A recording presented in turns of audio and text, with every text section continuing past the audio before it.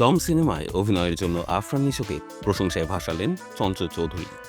রোববার বিকেলে স্টার সিনেপ্লেক্সে Bashundhara city complex shopping mall শাখায় সিনেমাটি দেখতে এসে সাংবাদিকদের সামনে আসেন চঞ্চল চৌধুরী। দম সিনেমার মূল চরিত্রে অভিনয় করেছেন নিশো। তাকে নিয়ে চঞ্চল বলেন, দমের গল্পটা নিয়ে যদি বলি, এটা নিশোর গল্প। নিশোর অভিনয় নিয়ে যদি বলি বা প্রস্তুতির কথা যদি বলি, ও যেটা করেছে সেটা আউটস্ট্যান্ডিং। সিনেমার গল্প নিয়ে চঞ্চল চৌধুরীর ভাষ্য, দমের গল্পটা একজন মানুষ এমন একটা সংকটে পড়ে যেটি তার জীবন মরণের প্রশ্ন।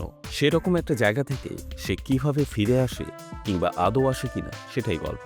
চঞ্চল চৌধুরী বলেন, সেই চরিত্রে অভিনয় করার জন্য যে প্রস্তুতি নিশোর সেটা রয়েছে। আমি যে চরিত্রে অভিনয় করেছি সেটার একটা প্রস্তুতি আছে।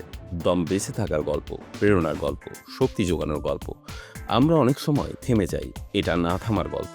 সেই গল্পে কষ্ট আছে, ভালোবাসা আছে, আনন্দ আছে, বাস্তবতার সঙ্গে মিলিয়ে করা হয়েছে। এরকম ঘটনা নানা সময় আমাদের জীবনেও আসে। সিনেমায় নিজের চরিত্র নিয়ে চঞ্চল বলেন, আমি মজার একটি চরিত্রে অভিনয় করেছি দর্শকদের মেন্টাল রিলিফ দেওয়ার জন্য। কষ্টের জায়গা থেকে কিছু কিছু দৃশ্য হাসি মুখে দেখবেন। এ সময় সিনেমাটির প্রযোজক শাহরিয়ার শাকিল জানান, সিনেমাটি শো বেড়েছে, হাউসফুল যাচ্ছে। তিনি আশা করছেন যে সামনে আরও শো বাড়বে। সিনেমাটি আপাতত মাল্টিপ্লেক্সে মুক্তি পেয়েছে, সপ্তাহ 2-3 পর সিঙ্গেল স্ক্রিনে মুক্তি পাবে।